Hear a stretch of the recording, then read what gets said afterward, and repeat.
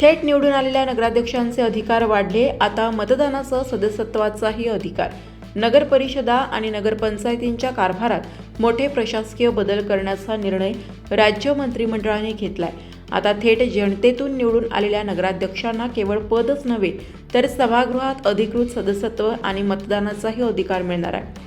या संदर्भातील महाराष्ट्र नगर परिषदा, नगरपंचायती व औद्योगिक नगरी अधिनियम 1965 मध्ये सुधारणा करण्यासाठी अध्यादेश काढण्यास बुधवारी झालेल्या मंत्रिमंडळ बैठकीत मान्यता देण्यात आली आहे.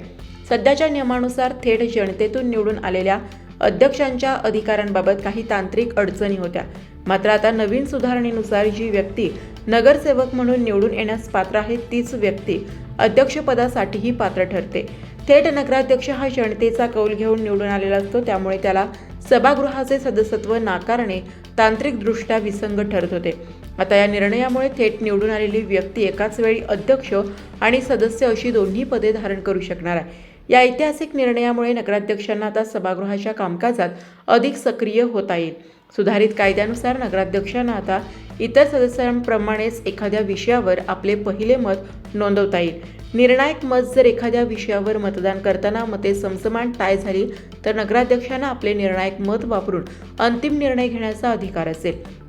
अनेकदा सभागृहात सत्ताधारी आणि विरोधी गटात चुरस असल्याने विकास कामे रेंगाळतात. नगराध्यक्षांना मतदानाचा अधिकार नसल्याने काही वेळा महत्त्वपूर्ण ठराव मंजूर करताना अडचणी येत होत्या. आता थेट जनादेश असलेल्या अध्यक्षांना मतदानाचा अधिकार मिळाल्याने धोरणात्मक निर्णय घेताना प्रशासकीय कोंडी फुटण्यास मदत होईल.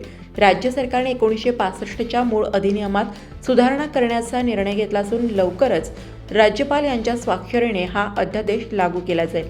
यामुळे आगामी स्थानिक स्वराज्य संस्थांच्या निवडणुकांमध्ये थेट निवडून आलेल्या नगराध्यक्षांचे स्थान अधिक भक्कम आणि अधिकार संपन्न होणार आहे.